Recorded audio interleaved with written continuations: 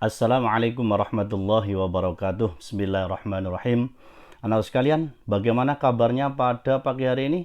Berjumpa kembali dengan Pak Najib dalam rangka pembelajaran jarak jauh mata pelajaran pendidikan agama Islam bidang studi ilmu fikih untuk kelas 7 siswa-siswi SMP Islam Mambal Ulum tahun pelajaran 2020-2021. Mudah-mudahan kalian dalam keadaan sehat walafiat dan selalu dalam keadaan iman wal Islam, sehingga pada pagi hari ini dapat melaksanakan aktivitas seperti biasa, terutama yaitu tolabul ilmi. Mudah-mudahan Allah senantiasa memberikan rahmatnya kepada kita semua. Amin amin ya rabbal alamin. Anak sekalian, marilah kita buka pelajaran pada pagi hari ini dengan berdoa memohon kepada Allah Subhanahu wa taala, doa awal pelajaran, dan mudah-mudahan apa yang kita niatkan untuk pembelajaran ini diridhai oleh Allah Subhanahu wa taala.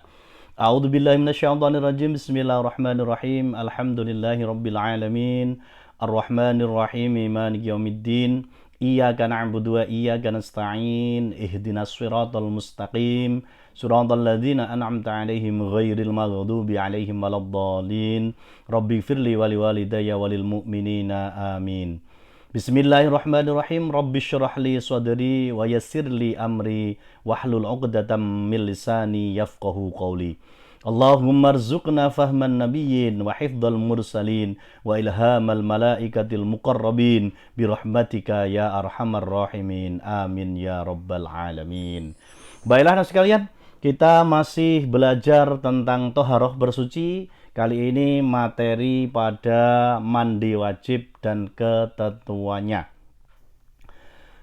Anakku sekalian, ada beberapa hal sebab yang wajib kita mampu untuk memahami dan mengerti, sehingga dalam kehidupan kita tidak lepas dari aturan syariat agama Islam dalam melaksanakan tata cara kehidupan kita. Yang pertama, pengertian mandi wajib atau junub. Mandi wajib adalah meratakan air ke seluruh tubuh untuk menghilangkan hadas besar dengan disertai niat untuk menghilangkan hadas tersebut. Nah, yang dimaksud dengan mandi wajib berdasarkan pengertian ini adalah air yang kita pakai untuk mandi kita ratakan ke seluruh tubuh, ya, ke seluruh tubuh dengan niat untuk menghilangkan hadas besar. Itulah pengertian dari mandi wajib. Hal-hal yang menyebabkan mandi wajib atau junub. Yang pertama, haid, menstruasi. Ini khusus bagi wanita. Yang darah ini adalah darah yang keluar rutin istiqomah setiap bulannya. Waktu yang tercepat adalah ketika itu, dan waktu yang paling panjang adalah 15 hari. Kalau ada haid melebihi dari 15 hari, maka segera hubungi dokter. Anak sekalian, yang kedua adalah wiladah, melahirkan. Ketika melahirkan putra ataupun putri dari ini wanita, seorang ibu, ini akan ada darah yang menyertai kelahiran itu yang dinamakan yaitu darah wiladah. Yang ketiga, nifas, juga masih bagi wanita, yakni darah yang keluar saat setelah melahirkan. Ya, setelah melahirkan ini ada darah yang keluar mengiringi darah wiladah. Darah wiladah tadi saat melahirkan, tapi ini adalah darah yang keluar setelah melahirkan yang biasanya sampai 40 hari. Maka ketiga hal bagi wanita tersebut, haid, wiladah, dan nifas, ini adalah hal yang menyebabkan wajib, yaitu melaksanakan mandi junub. Yang keempat, ihtilam atau mimpi basah bagi laki-laki. Nah, ini khusus bagi laki-laki, ya, yang tidak dialami oleh seorang wanita.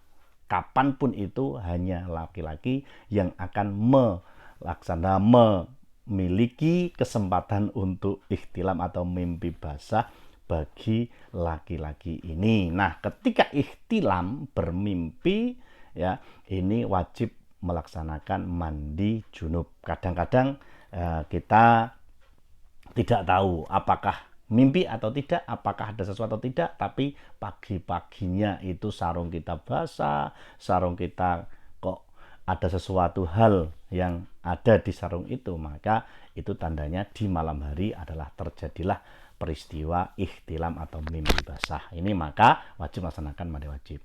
Yang kelima adalah jima. Ini kedua-duanya bagi laki-laki dan wanita, yakni bertemunya dua jenis kelamin, laki-laki dan perempuan, baik keluar mani ataupun tidak keluar mani, wajib melaksanakan yaitu mandi.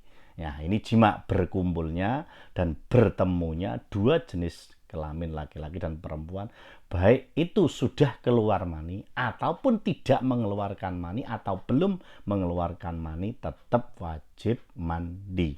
Dan yang terakhir yaitu orang yang meninggal, tapi ini tidak bisa mandi sendiri karena orang meninggal, orang mati ya nggak mungkin mandi sendiri, tapi dimandikan oleh orang yang masih hidup. Itulah hal-hal yang menyebabkan diwajibkannya mandi. Anak sekalian, yang bagian ketiga, bagian C, rukun mandi. Nah, ini wajib dilaksanakan, yaitu yang pertama niat, yakni mandi dengan niat menghilangkan hadas besar karena Allah Subhanahu wa Ta'ala. Tidak ada niat, maka tidak sahlah suatu ibadah itu. Bagaimana niatnya? Nawaitul ghusla liraf'il hadasil akbari fardhan lillahi ta'ala. Ini lafadznya. Tetapi ketika mandi tidak usah berkeras-keras melafatkan ya niatnya, tapi cukup dalam hati, saya niat mandi untuk menghilangkan hadas besar karena Allah Subhanahu wa Ta'ala. Kemudian yang kedua, membasuh meratakan air ke seluruh tubuh. Ya, ini meratakan air ke seluruh tubuh, ya, baik ya yang nyelempit itu wajib juga dikenakan air. Berarti airnya memang harus rata dari ujung rambut sampai ujung kaki, bahkan ujung-ujung yang lainnya. Yang ketiga, menghilangkan najis yang ada di badan. Ini wajib dibersihkan dulu. Kalau kita ada hal-hal yang menghalangi untuk bisa masuknya air, contohnya kena cat minyak, ya sebelum mandi atau saat mandi itu dibersihkan dulu sehingga air itu sampai pada anggota badan yang menjadi kewajiban kita dalam mandi junub tersebut. Itu rukun mandi. Nah, sekarang ada hal-hal yang disunahkan ketika mandi wajib. Yang pertama, membaca bismillah, yaitu bismillahirrahmanirrahim dalam hati, berwudu sebelum mandi. Sebelum mandi junub atau mandi besar dengan keramas itu adalah yaitu berwudu sebelumnya. Terus menggosok badan dengan tangan. Berarti tangannya digunakan untuk gosok-gosok badan yang kita mandi itu. Terus kemudian menyilang-nyilang rambut dan celah anggota badan. Yang rambut ini kita masuki dengan jari-jari kita dan anggota-anggota badan yang ya celah-celah jari tangan, jari kaki dan sebagainya. Kemudian membasuh badan sebanyak 3 kali basuhan. Ya, semuanya anggota badan kita dibasuh sebanyak 3 kali. Mendahulukan anggota badan sebelah kanan daripada sebelah kiri. Berarti yang kanan dulu.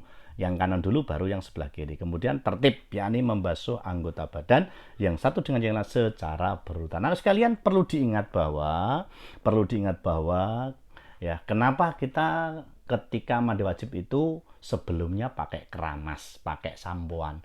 Nah, dalam rangka menghilangkan sesuatu hal yang menghalangi masuknya air ke dalam rambut, ke dalam tubuh. Nah, kita sering pakai minyak rambut. Nah, minyak rambut itulah sebagai penghalang masuknya air sehingga harus dikeramasi dulu, disampai dulu untuk menghilangkan minyaknya sehingga air bisa masuk ke dalam rambut.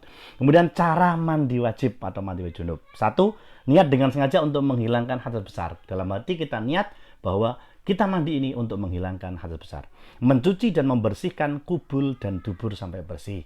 Ya, kubul itu bagian alat kelamin bagian depan, dubur itu alat kelamin bagian belakang atau yang namanya silet. Nah, itu.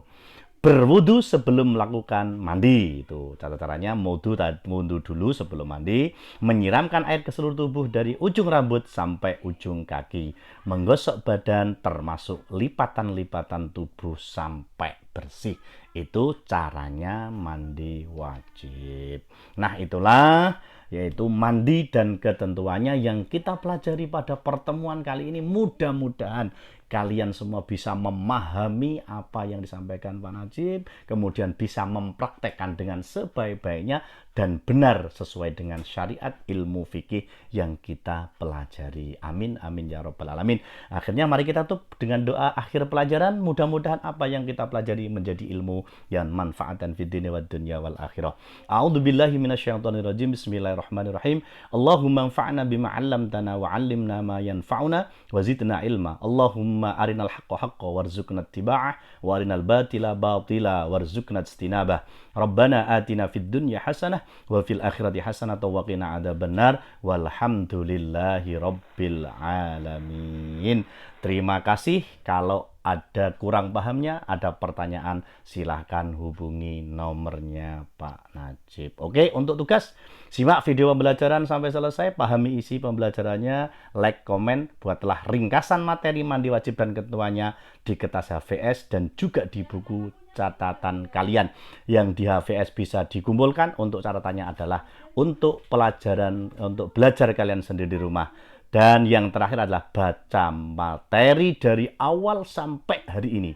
Ya, mulai pengertian toharoh, hadas, najis, macam-macamnya, juga macam-macam air yang sudah dipelajari mulai pertemuan awal sampai pertemuan kali ini dalam rangka untuk persiapan penilaian harian besok yang akan datang pertemuannya dan penilaian tengah semester yang akan dilaksanakan di minggu kedua bulan September. Mudah-mudahan kalian bisa mempersiapkan dan tetap semangat untuk belajar.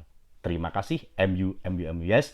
Wassalamualaikum warahmatullahi wabarakatuh.